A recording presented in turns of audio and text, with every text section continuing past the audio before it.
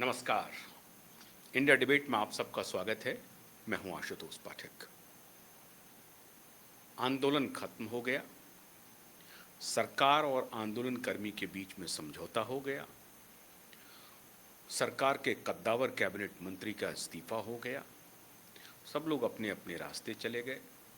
लेकिन उनका खेल अभी जारी है, आंदोलनकारियों का। और आंदोलनकारी अपने गुप्त एजेंडे पे लगातार कार्य कर रहे हैं। और अब वो गुप्त एजेंडा धीरे धीरे, हम लोग तो जानते ही हैं, बाकी दुनिया जो नहीं जान रही है उनको जनाने की कोशिश हो रही है। तो अब हम लोग बताने की कोशिश कर रहे हैं कि उनका गुप्त एजेंडा क्या है। अब इस गुप्त एजेंडे में उनके साथ आए हैं जाने माने वकील, सुप्रीम कोर्ट के लॉयर, सीनियर लॉयर। आए हैं कपिल सिब्बल साहब। अब सिर्फ कपिल सिब्बल साहब नहीं हैं, और भी लोग आएंगे धीरे धीरे। लेकिन कपिल सिब्बल ने पहला स्टेप आगे बढ़ाया है, पहला कदम कपिल सिब्बल की तरफ से आया है।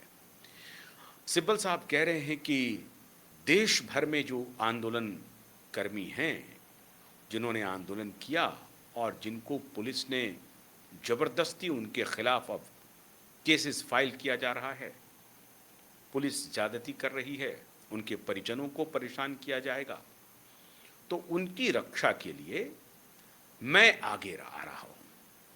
और मेरे साथ साथ मैं ये आह्वान कर रहा हूं कि देश भर के और भी जो लॉयर्स हैं वो भी हमारे साथ जुड़ें, और जो सुधीजन हैं, हमारे देश के आम नागरिक भी इस अभियान में जुड़ें। अपने तरफ से उन्होंने कहा है कि हम 1 करोड़ रुपया सीजेपी को देने जा रहे हैं, कॉकरोच जनता पार्टी को। और जल्द ही उनका एक वेबसाइट बनेगा, उस वेबसाइट पे सारे लोग ये सूचना देंगे, वीडियो शेयर करेंगे कि कहां पर पुलिस किनके खिलाफ ज्यादती कर रही है, किनके परिजनों को परेशान किया जा रहा है। तो इनका ये कहना है कि जो कोई भी बलवाई है, जो कोई भी दंगाई है, उनको हम बचाएंगे। क्यों? क्योंकि वो राष्ट्रभक्ति में, देशभक्ति में, नौजवानों की भविष्य की रक्षा के लिए अपने आप को आहूत कर दिया, अपने आप का समर्पण कर दिया, और इसलिए उनको परेशानी झेलनी पड़ सकती है। तो हम उनके बचाव में आ रहे हैं। अब इस पूरे प्रकरण पर बात करने के लिए हमारे साथ मुंबई से जाने माने एडवोकेट नीलेश ओझा जी जुड़ रहे हैं।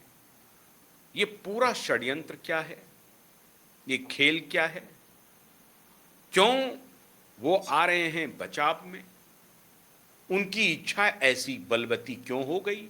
इसके पहले उन्होंने कहा कि हम दिल्ली यूनिवर्सिटी और जवाहरलाल यूनिवर्सिटी के वाइस चांसलर को समन भेजने वाले हैं, नोटिस भेजने वाले हैं कि वो इस तरह का क्रूर मैसेज ना भेजे। और कह रहे हैं कि इमरजेंसी के ज़माने में भी, शशि थरूर कह रहे हैं कि इमरजेंसी के भी ज़माने में इस तरह की भाषा का इस्तेमाल नहीं किया जाता था। कमाल है, शशि थरूर की लगती है स्मृति लोप हो गई है। लेकिन उन्होंने ये भी कहा है कि ये जो है, ये फरमान, तुगलकी फरमान हम बर्दाश्त करने वाले नहीं हैं। तब हमारे साथ हैं एडवोकेट नीलेश ओझा। नीलेश जी, श्रीमान सिब्बल जी ने कहा है कि हम सभी बलवाइयों को, दंगाइयों को बचाएंगे। अब उसमें प्रश्न एक महत्वपूर्ण उठ रहा है ये कि जब कॉकरोच जनता पार्टी के लोग कह रहे हैं कि बलवा हमने किया ही नहीं है, हमने मार पिटाई की ही नहीं है, हम दंगे में शामिल रहे ही नहीं है, हमारा कोई उससे लेना देना नहीं है, तो फिर हमारे नाम को क्यों घसीटा जा रहा है, और इसलिए हमारे खिलाफ कार्रवाई नहीं होनी चाहिए। वो ये कह रहे हैं कि जिन्होंने दंगा किया, जिन्होंने बदमाशी की, पुलिस के ऊपर हमला किया या और कहीं पर हमला किया है, वो हमारे लोग नहीं हैं, आरएसएस के गुंडे हैं, भाजपा के गुंडे हैं।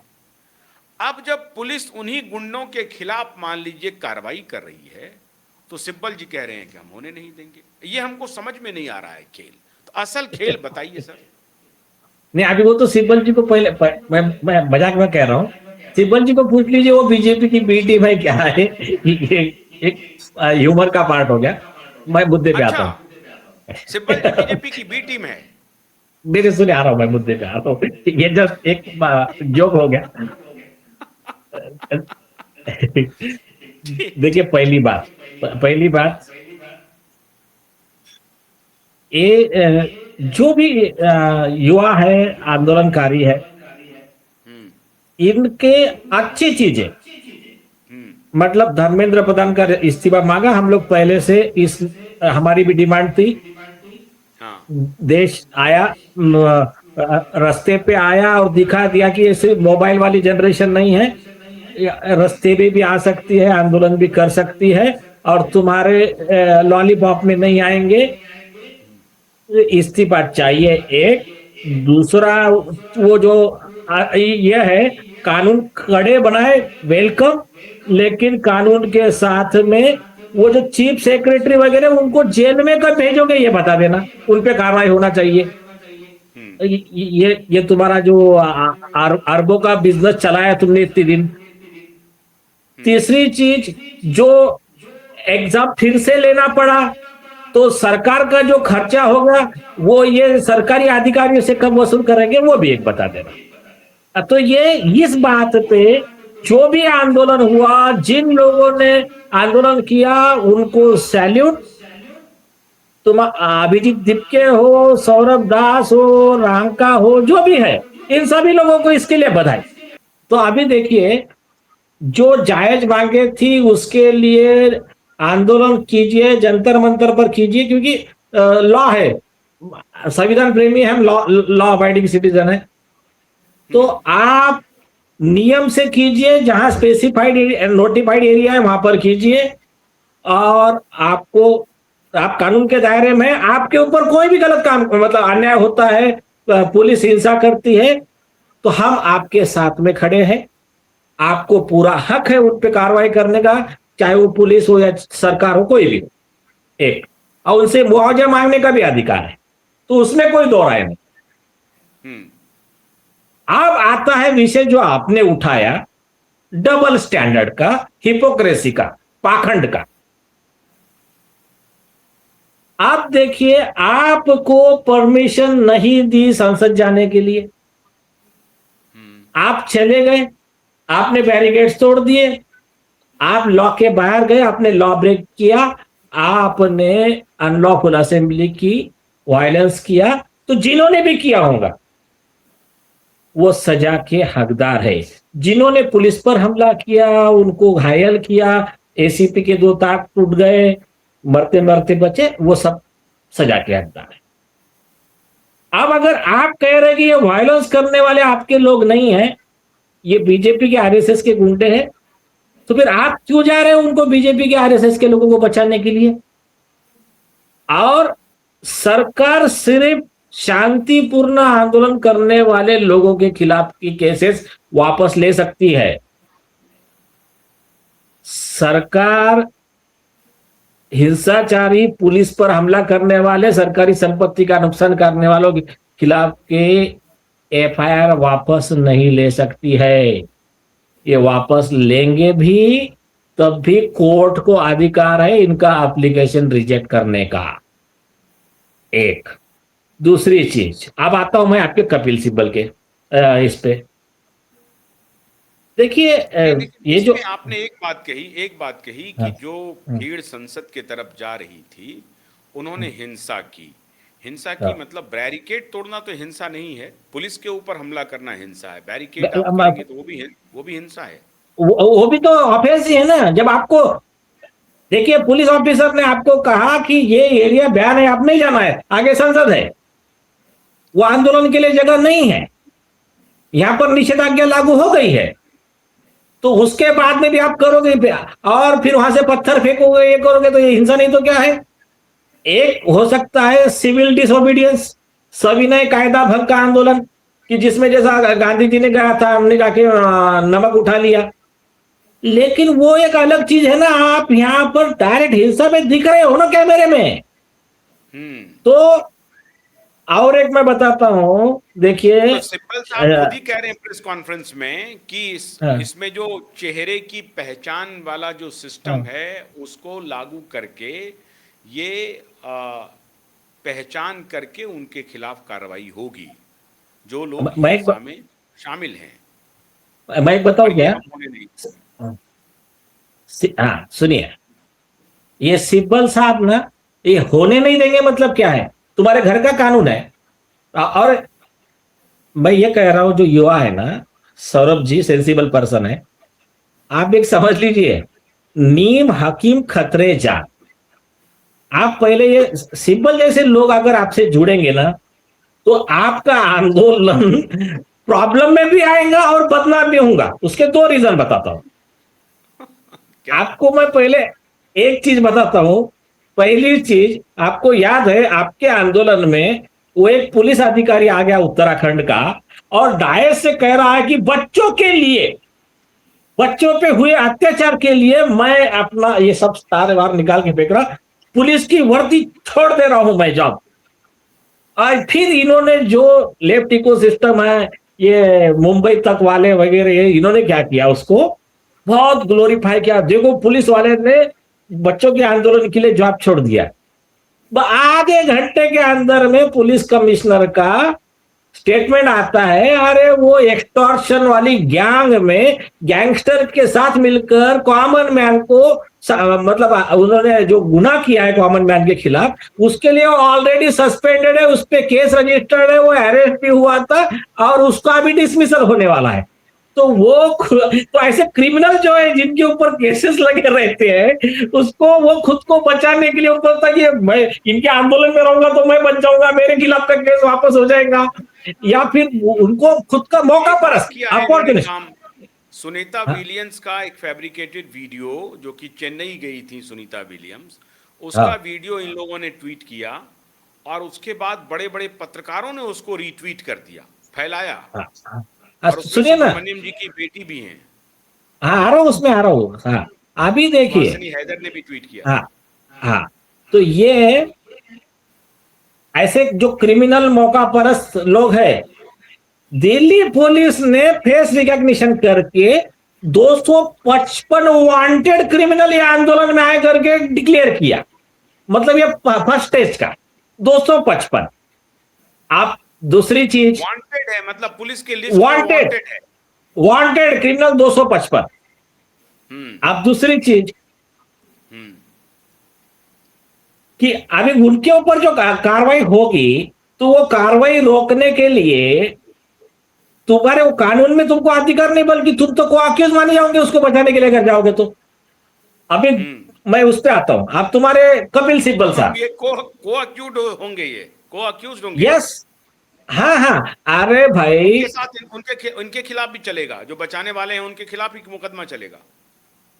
शाइनी वर्गीस का दिल्ली हाईकोर्ट का स्पेसिफिक जजमेंट है, आरोपी के समर्थन में प्रेस कॉन्फ्रेंस लिया। वो 120B ऑफ आईपीसी में जो अभी नए सेक्शन 61 वगैरह बीएनएस के है, उसमें ये को अक्यूज, मेन आरोपी को जितनी सजा उतनी सजा इनको भी होनी चाहिए।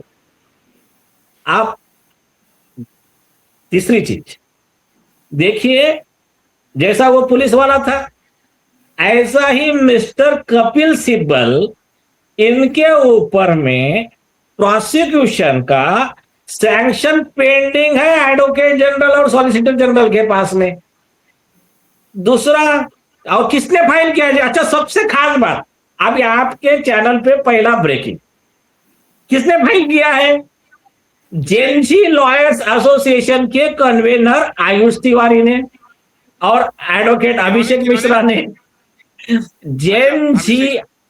हाँ, जेएन जी लॉयर्स एसोसिएशन के जो ये है कन्वेनर, और वो एडवोकेट आयुष तिवारी है, एडवोकेट अभिषेक मिश्रा, इन लोगों ने, और एक junior advocates and law students association of India है, एक Indian lawyers and human right activist association है, इन लोगों ने फाइल किया है पहला sanction for prosecution of Kapil Sibal with proof, क्या है criminal proof? Prosecution.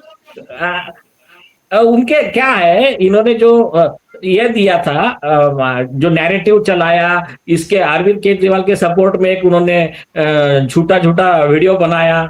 Arvind Kejriwal ने जो जज के झूठे टैम्पर्ड वीडियो ये किया था ना, पब्लिश किया था, तो उसके सपोर्ट में इन्होंने, और एक वो दूसरा, वो एक चोर है, वो रिटायर्ड सुप्रीम कोर्ट का एक रिटायर्ड जज है, वो इनके चैनल पे आया था, क्या नाम है उसका, सुधांशु धूलिया।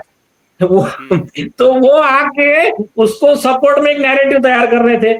तो बाद में इसके अलावा इन्होंने क्या किया, इन्होंने ओवरऑल जजमेंट पे आर्गुमेंट किया, लॉ का नॉलेज है नहीं।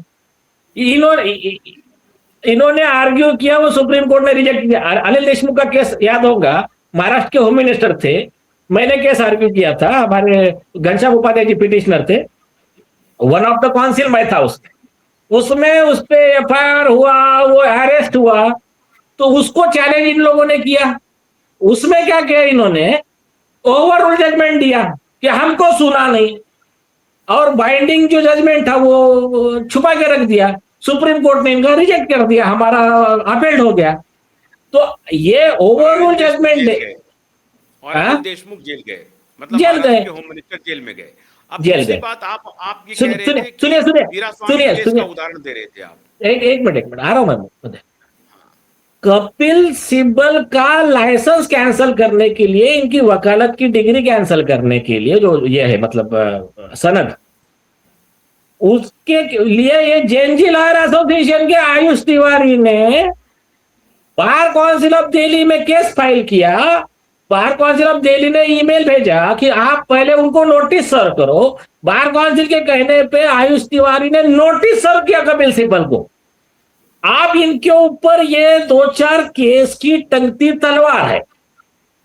आप उसके लिए वो भागे भागे आ गए कि मैं जेएनजी को 1 करोड़ रुपया देके मैं बोलूंगा मैं आपको मदद कर रहा हूं, तो मेरे सपोर्ट में लोग आ जाएंगे, तो मेरे खिलाफ के केस ठंडे पड़ जाएंगे, जैसा वो पुलिस वाले ने किया। ऐसा इनका ये कॉन्स्पिरेसी लग रहा है। एक आप ये कह रहे हैं कि कपिल सिब्बल के खिलाफ प्रोसिक्यूशन चलने वाला है और उनका लाइसेंस कैंसिल होने वाला है, उनको जेल भी हो सकती है।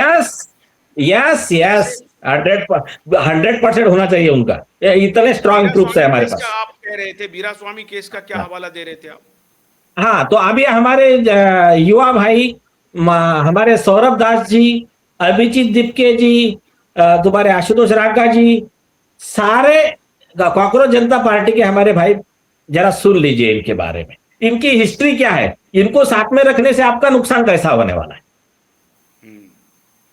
आपका नाम खराब कैसा होगा। नंबर 1, कांग्रेस के चीफ मिनिस्टर थे कलिको पुल। उन्होंने सुसाइड नोट में लिखा किस तरह से करप्शन हुआ, किस तरह से रिटायर्ड जस्टिस खेर के बेटे ने 77 करोड़ मांगे, और उसका दूसरा तुम्हारा और दूसरा जज है उसके 47 करोड़ मांगे, सब लिखा। उसमें कपिल सिब्बल का भी नाम लिखा। और कपिल सिब्बल ने क्या कहा कि तुम्हारे खिलाफ, बोले मेरे खिलाफ केस लड़ने आया, सेटिंग करके ऑर्डर लेकर गया, और मैंने कहा कि आप मेरी ही पार्टी का हो, के मेरे खिलाफ क्यों आप खड़े हो। तो उन्होंने कहा तुम मुझे 4 करोड़ दे देना, फिर मैं उस केस में नहीं आऊंगा। फिर मैंने उनके रेसिडेंस पे ले जाके 4 करोड़ दिए। ये सुसाइड नोट में लिखा है। उस आरोप को इस कपिल सिब्बल साहब ने आज तक नहीं डिस्प्यूट किया है। आप दूसरी चीज, लेकिन उसका तो इन्वेस्टिगेशन ही नहीं हुआ। कालिको पुल की सुसाइड नोट का कोई इन्वेस्टिगेशन नहीं हुआ। सुनिए, धर्मेंद्र प्रधान के खिलाफ कौन सा इन्वेस्टिगेशन होंगे? अरे भाई, प्रूफ सबूत की बात चल रही ना अभी। हाँ, तो प्राइमा फेसी सबूत है। अच्छा, इन्वेस्टिगेशन छोड़ दीजिए ना, वो कोर्ट में आप बचने के लिए क्या डिफेंस लेंगे, दैट इज डिफरेंट थिंग। जनता के कोर्ट में बताइए ना कि आपने 4 करोड़ लिए थे कि नहीं लिए थे कलिको पुल के पास से। अगर आपने नहीं लिए थे तो आप केस फाइल कीजिए, होने दीजिए उसमें दूध का दूध पानी का पानी। आपने क्यों नहीं लेटर लिखा कि आप इन्वेस्टिगेशन कर दीजिए और सच बाहर लाइए। दूसरी चीज, जब के वीरास्वामी मद्रास हाईकोर्ट के चीफ जस्टिस, इनके ऊपर में क्रिमिनल प्रोसिक्यूशन और इंपीचमेंट का हियरिंग चला, तो उनके तरफ से वकील बोल के कपिल सिब्बल साहब आए। कपिल सिब्बल साहब का आर्गुमेंट क्या था कि जज ने अगर भ्रष्टाचार किया तो उसके ऊपर कोई क्रिमिनल केस नहीं होनी चाहिए, सिर्फ भी जो बाकी के लोग हैं उनके ऊपर चलेगा। तो सुप्रीम कोर्ट के संविधान पीठ ने कहा कि ऐसे फालतू के आर्गुमेंट ये कॉन्स्टिट्यूशनल, जो भी डेमोक्रेटिक कंट्री है यहां परमिसिबल नहीं है। Country is govern by rule of law. Bharat के संविधान में राष्ट्रपति और गवर्नर के अलावा किसी को भी क्रिमिनल केस से इम्यूनिटी नहीं है, प्रोसिक्यूशन से इम्यूनिटी नहीं है। आप मतलब ये ऐसा आर्गुमेंट हम एक्सेप्ट नहीं कर। जैसे कपिल सिब्बल जैसे लर्नेड वकील इस तरह का दलील कैसे दे सकते हैं कि जज को इम्यूनिटी प्राप्त है, जज के खिलाफ क्रिमिनल प्रोसीडिंग्स का केस चल नहीं सकता है? वो संविधान के खिलाफ आर्गुमेंट है, ये आर्गुमेंट ही भारत के संविधान के खिलाफ था। अरे इसके अलावा अभी एक दूसरी चीज बताता हूं मैं आपको। अभी ये पिक्चर तो क्लियर हो गया, तो मेरे भाई सौरभ दास जी और हमारे कॉकरोच जनता पार्टी वालों, ये व्यक्ति आपको 1 करोड़ दे रहा है, तो मैसेज क्या जा रहा है फिर? मतलब कल चल के आपके यहां पर अजमल कसाब या दाऊद इब्राहिम आकर बैठ जाएगा और बोलेगा मैं आपको 5 करोड़ देता हूं या मैं 500 करोड़ देता हूं, आप उसको साथ में ले लोगे? आप पहले बैकग्राउंड चेक कीजिए और उनसे अंडरटेकिंग लीजिए कि मेरे ऊपर कोई केस नहीं है, मैं और ये आंदोलन का मैं मिसयूज नहीं करूंगा मेरे खुद के ये पर्सनल यूज के लिए, तब आप लीजिए। और दूसरी चीज, आप ये कह रहे हैं कि नहीं, कपिल सिब्बल खुद को बचाने के लिए कॉकरोच के साथ आए, कॉकरोच को बचाने के लिए नहीं। अरे नहीं नहीं, वो तो खुद का वो अपॉर्चुनिस्ट आदमी है। अरे सुनिए, मैं और एक बात बताता हूं। ये जो बातें मैंने अभी आपके यहां पर कही है, इनके ऊपर मैं इनको नोटिस सर्व किया है, इनके क्रिमिनल मिसकंडक्ट के लिए, इनके प्रोफेशनल मिसकंडक्ट के लिए। अगर ये बात गलत है तो कपिल सिब्बल साहब अभी इतने बड़े वकील हैं यार, आप इतना सारा पैसा है, एक आधा सिविल सूट डिफामेशन का केस फाइल कर दीजिए ना हमारे खिलाफ, तब पिक्चर क्लियर हो जाएगा। आगे बोलने की जरूरत ही नहीं है ना। हाँ, आप ये कह रहे हैं कि ये 1 करोड़ जो दिया है ये घूस दिया है, ये अभी देखिए, अरे भाई एकदम सिंपल चीज, ये अगर उनको 1 करोड़ देना था तो चुपचाप दे देते। प्रेस कॉन्फ्रेंस में आकर 1 करोड़ दे रहे। अब देश के कितने लोग आकर, देखो जिनको लगा कि ये बच्चे मतलब सही काम कर रहे हैं, कोई भी आके कुछ भी मदद कर सकता है। आप वहां पर आके उनके साथ में बैठ के प्रेस कॉन्फ्रेंस करके ये दे रहे हो ना। और दूसरी चीज, ये बात बहुत अच्छी तरह से पूरा देश सुन। तो ये क्या कोर्ट को डरा रहे हैं? क्या कोर्ट को डरा रहे हैं कि मेरे खिलाफ जो कोई प्रोसिक्यूशन करोगे तो देखो मैं जंजीर उतार दूंगा तुम्हारे खिलाफ? ये कोर्ट को डरा रहे हैं, सुप्रीम कोर्ट को? ऐसा ऐसा ऐसा उनकी सोच होगी, ऐसा उनकी सोच हो। हाँ, तो क्या है, आप कह रहे हैं, ये तो अद्भुत बात कह रहे हैं नीलेश जी, आप कह रहे हैं कि जैन जी को पैसा देने की बात उन्होंने भरी प्रेस कॉन्फ्रेंस में कही है, और वो इसलिए वो पैसा दे रहे हैं ताकि जैन जी उनको बचाए और उस आंदोलन में उनको शरीक कर लें, इनका जो पाप है, इनकी जो गलती है वो छुप जाए, जैसा कि केजरीवाल कर रहे हैं। केजरीवाल को अगस्त में हो सकता है जेल जाना पड़े, तो इसलिए आदित्य ठाकरे आदित्य ठाकरे कर रहे हैं। दिशा सारियन का गैंगरेप मर्डर, और जान दो कॉकरोच जनता पार्टी के सारे युवा, आप रिकॉर्ड चेक कर लो, आदित्य ठाकरे ड्रग्स का बिजनेस करता है, ये बात नारकोटिक्स कंट्रोल ब्यूरो की फाइल में मेंशन है। इनके ऊपर में फोन सर्विलांस में इनका और डिनो मोरिया का ये पूरा ऑडियो रिकॉर्डिंग ऑन रिकॉर्ड है, कोर्ट में दिया है, और कुछ सबूत हमने कोर्ट में पेन ड्राइव में दिए हैं। गैंग रेप, मर्डर, ड्रग्स का बिजनेस, ये सारे आरोप इनके ऊपर जो भी है प्राइमा फेसी सारे सबूत हमने कोर्ट। दूसरी चीज और एक्स्ट्रा सबूत तो अभी तो ठाकरे भी ज्वाइन कर लिया कॉकरोच को, वो तो बुला रहे थे कि आओ मुंबई, हम तुमको सारा फैसिलिटेट करेंगे, आंदोलन करवाएंगे। तो अभी आप समझ लो ना, अभी आप समझ लो हो क्या रहा है।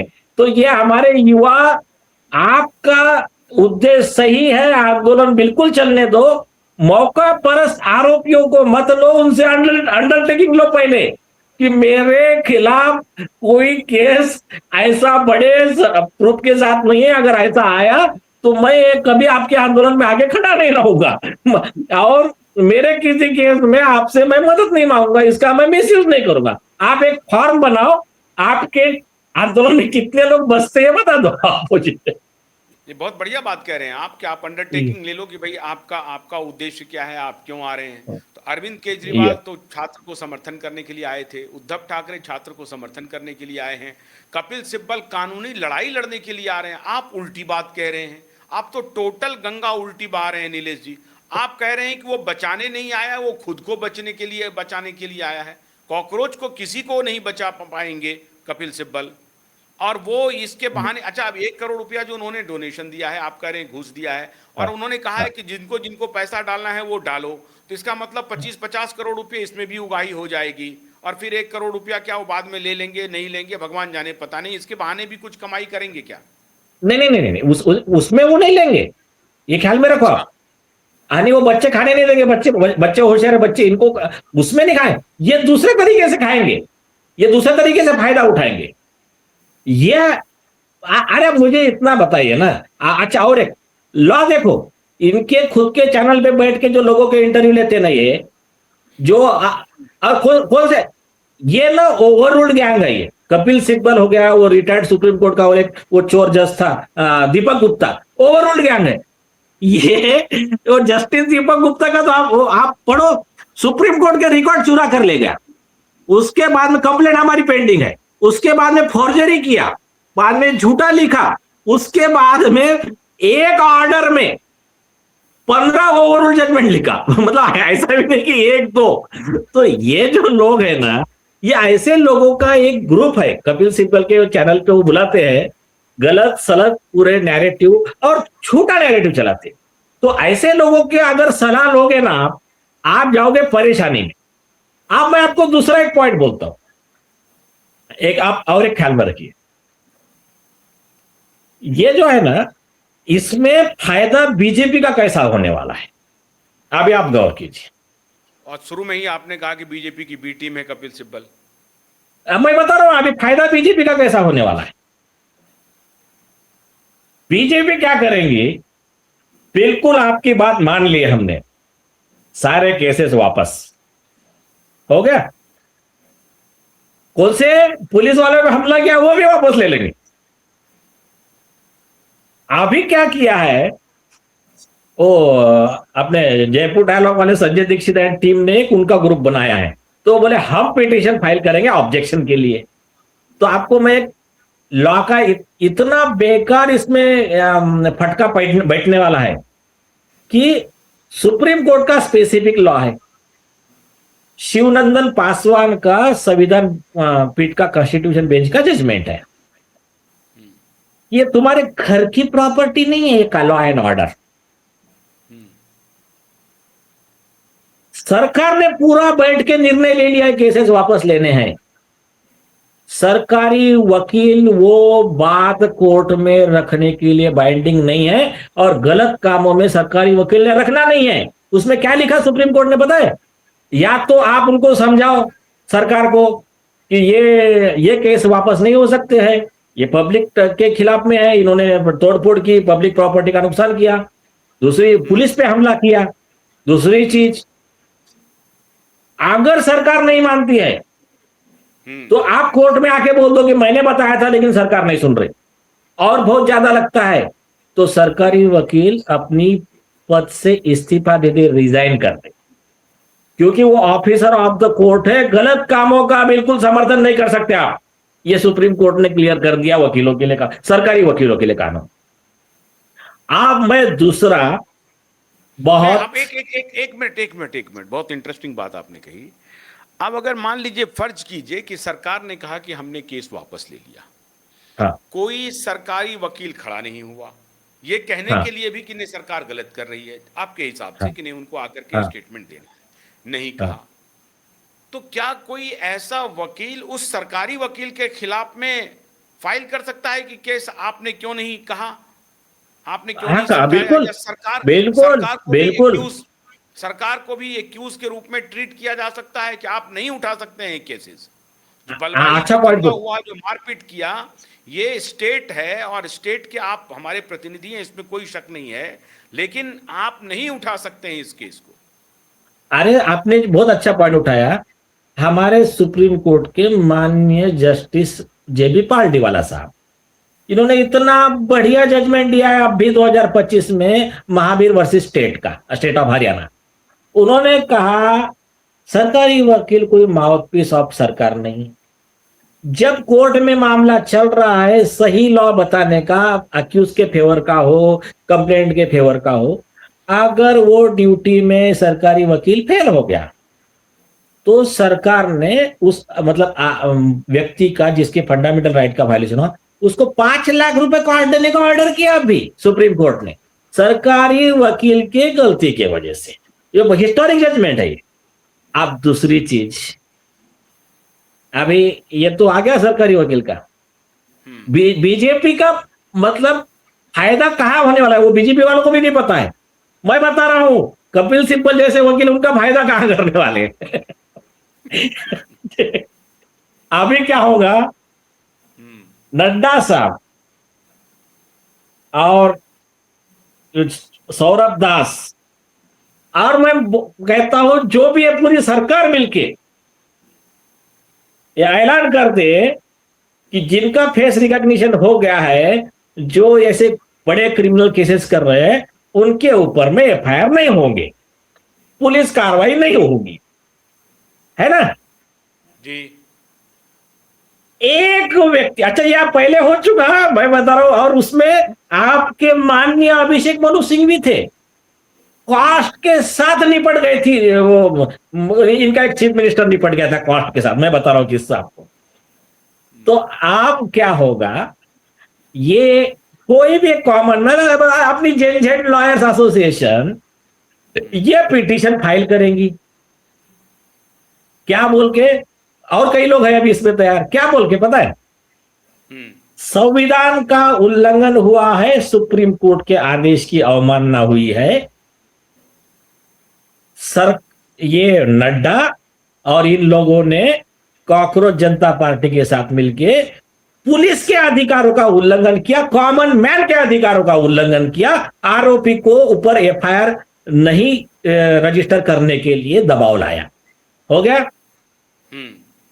तो उसमें क्या होगा, तो आपको मैं एक केस बताता हूं, Sharangdhar Singh Chauhan versus state of Maharashtra 2011 का। सुप्रीम कोर्ट के दो बहुत ही बढ़िया जज थे, जीएस सिंघवी साहब और ए.के. गांगुली साहब। वो केस में क्या हुआ था वही अभी रिपीट होने वाला है, सुप्रीम कोर्ट डिक्लेयर करेगा आपने संविधान का उल्लंघन किया, तो आप फिर इनके साथ में कौन खड़ा रहेगा, जो जो ऐसी ऐसी ऐसी किताब लेके आते ना तुम्हारे ऐसे संविधान संविधान वाले, वो तो मुंह पे गिर जाएंगे ना। अब मैं आपको बताता हूं, कांग्रेस कैसा सर्टिफाइड संविधान द्रोही है। क्या हुआ, हमारे इधर अकोला में खामगांव में एक कांग्रेस के एमएलए थे सानंदा करके, तो उनके ऊपर में क्या हुआ, किसानों के खिलाफ में मतलब ये साहूकारी कानून आया था, मनी लेंडर्स एक्ट वगैरह, तो उसमें कहा था कि किसानों को अभी हरेसमेंट नहीं होगा, जो हरेस करेगा उन पर कार्रवाई की जाएगी। तो कई किसानों ने जाके एफआईआर रजिस्टर करना चालू कर दिया, और वो किसानों के आंदोलन को आगे बढ़ाया। उनको उस समय लीडर थे आपके परम मित्र प्रकाश पोड़े जी। उस समय महाराष्ट्र के कांग्रेस के मुख्यमंत्री, under the guidance of this so called, उसको क्या बोलते हैं तुम्हारे लॉ के एक्सपर्ट, कॉन्स्टिट्यूशन ये जूरिस्ट, तुम्हारे क्या नाम है अपने, अभिषेक मनु सिंह, हाँ, तो अभिषेक मनु सिंह जी साहब, हाँ, तो ऐसे बड़े बड़े हाँ, तो महान, तो इन्होंने जो भी सलाह दी, तो कांग्रेस के मुख्यमंत्री ने एक ऐसा ही ऑर्डर पास किया, इनके खिलाफ में कोई एफआईआर नहीं होगा, और कोई भी कंप्लेंट आएंगी उसकी जांच डिस्ट्रिक्ट कलेक्टर, डिस्ट्रिक्ट मजिस्ट्रेट और सरकारी वकील की टीम करेंगे और बाद में देखेंगे क्या करना है। तो इसको चैलेंज किया बॉम्बे हाईकोर्ट में पोहरे जी ने, उनके साहूकार के किसानों के थ्रू उन्होंने मदद की थी पोहरे जी। नागपुर बॉम्बे हाईकोर्ट की नागपुर बेंच, वो भी एक बहुत अच्छे जज थे, अंबादास जोशी साहब, उन्होंने सरकार का आदेश खारिज किया, बोला एफआईआर लेना ही पड़ेगा। और और सर बोला सरकार का आदेश गलत है और एक 25,000 रुपए कॉस्ट लगाया। वो आदेश के नाखुश होके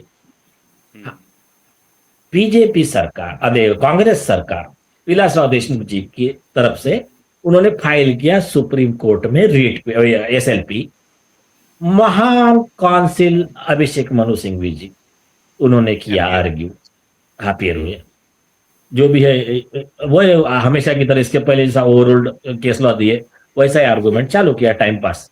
तो इनकी पूरे अच्छी इज्जत निकाली और उसमें जो लिस्ट दी है उस जजमेंट में, तो सुप्रीम कोर्ट ने बोला अच्छा हो गया आप यहां पर आ गए, क्योंकि बोले कि क्या था, बोले हाईकोर्ट ने जो एक 20-25 हजार कॉस्ट लगाया वो बराबर नहीं लगाया, 10 लाख रुपए कॉस्ट लगाया। चीफ मिनिस्टर विलासराव देशमुख को बाय नेम पार्टी करो, बोले यहां पर तू एफिडेविट फाइल कर इसमें, तू लॉ से बड़ा कैसा हो गया भाई, ये देश संविधान से चलेगा, ये देश लॉ से चलेगा, तू कहेगा वो लॉ नहीं बनेगा, तुम्हारे आईएएस ऑफिसर जो बना के देंगे वो लॉ नहीं चलेगा। आप 10 लाख रुपए कॉस्ट लगाई और लॉ ये है कि जो कॉस्ट लगती है वो जनता के पैसे, सरकार भले ही दे देती है लेकिन सरकार का पैसा मतलब जनता का पैसा है, वसूल किससे होना चाहिए, उस लीडर से, उस मिनिस्टर से, उस ब्यूरोक्रेट से जिसने ये गलत काम हुआ।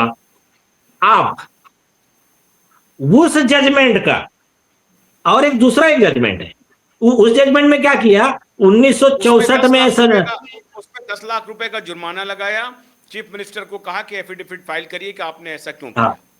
हाँ, और उसमें उनका आर्गुमेंट रिजेक्ट भी किया विलासराव देशमुख का, और 10 लाख रुपए भरे महाराष्ट्र सरकार ने उसमें। अब कांग्रेस सरकार ने भरे, और उस जजमेंट में 1964 में सीएस राव जी वाला जजमेंट, जब उनके चीफ मिनिस्टर थे कांग्रेस के नीलम संजीव रेड्डी, उन्होंने पद का दुरुपयोग कैसा किया, वहां से लेके महाराष्ट्र के दूसरे चीफ मिनिस्टर थे, उन्होंने चीफ में अपने बच्चे के मार्क बढ़ाने के लिए कैसा पद का दुरुपयोग, सारे केस लॉ लिख दिए उसमें।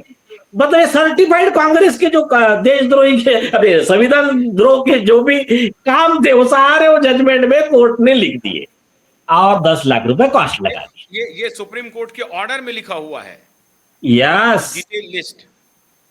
यस यस यस, उसमें एक बीजेपी का केस है जो तो इसका मतलब आप ये कह रहे हैं कि इसमें अगर सरकार ये कहेगी कि चलिए हम कॉकरोच जनता पार्टी की डिमांड को मान लेते हैं और सारे केसेस हम वापस करते हैं और कोई पुलिस केस नहीं करेगी, तो इसका मतलब है कि फिर ये मामला, ये जो जैन जी लॉयर्स एसोसिएशन है, ये कोर्ट पहुंचेगा और वहां पे एसोसिएशन ये बात कहेगी कि आप ये काम कर ही नहीं सकते हैं, और विलासराव देशमुख का और उसके जो प्रायर और जो चीफ मिनिस्टर हैं, ये case law already supreme court का है, डिटेल जजमेंट है, वो फिर वहां पर साइट किया जाएगा। तो ऐसी परिस्थिति में फिर मतलब केंद्र सरकार को मुंह की खानी पड़ सकती है, या रेस्पेक्टिव स्टेट्स में, मान लीजिए कि भाजपा शासित सभी सरकार है जो हालांकि अलायंस से चल रही है बिहार में, तो बिहार में अगर ऐसा हुआ तो बिहार में भी उनकी सरकार को मुंह की खानी पड़ेगी, और जहां जहां उपद्रव होगा, योगी जी तो ऐसा करने वाले हैं नहीं, केस वापस लेंगे नहीं। अरे सुनिए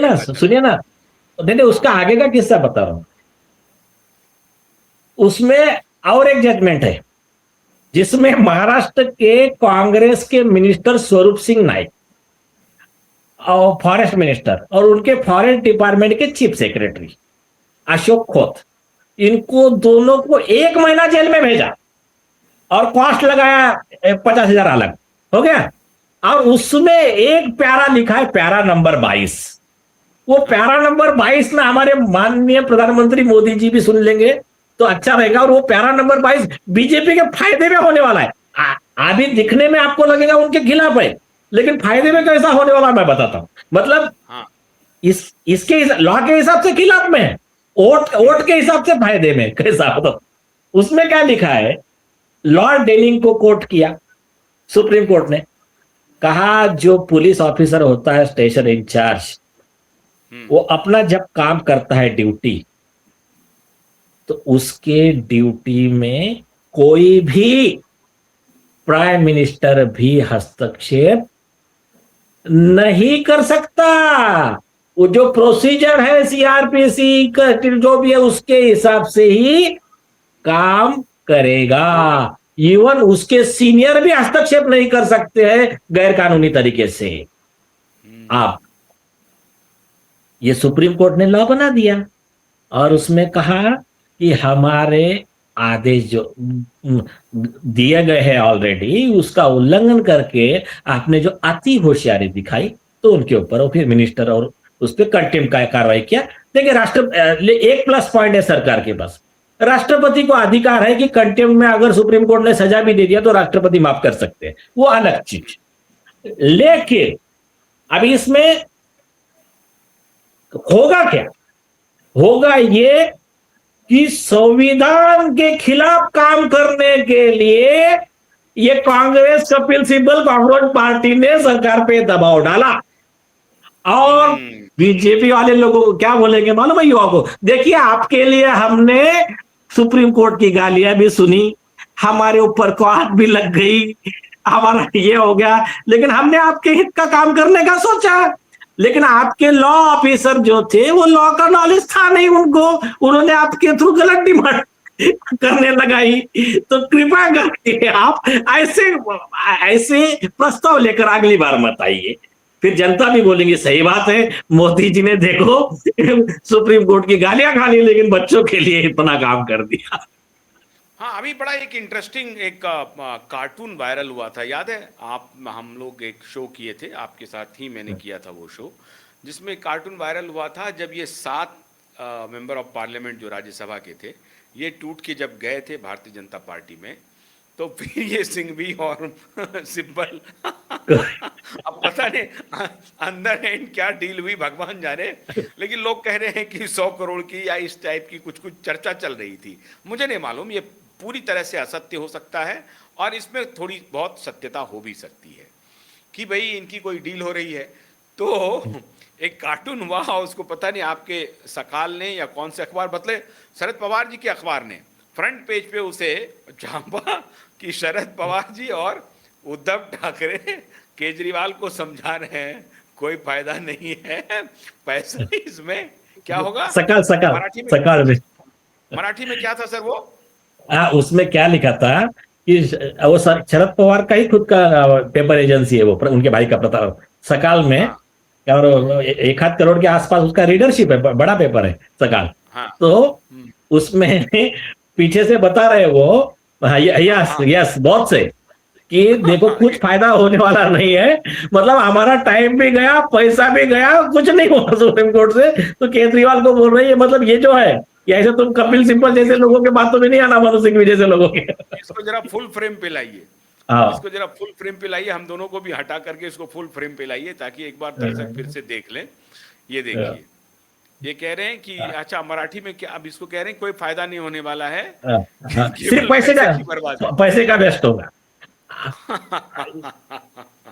सिर्फ पैसे की बर्बादी है, इसको हटा दीजिए जी। हाँ, तो कुल मिलाकर के आप ये कह रहे हैं नीलेश जी कि कॉकरोच जनता पार्टी को जो 1 करोड़ देने की बात कपिल सिब्बल साहब ने की है, वो असल में उनको मदद करने के लिए नहीं है, बल्कि इस 1 करोड़ का ऑफर दे करके वो खुद को बचाना चाहते हैं, क्योंकि उनके खिलाफ एक प्रोसिक्यूशन ऑलरेडी पेंडिंग है और उनके लाइसेंस कैंसिल हो सकते हैं।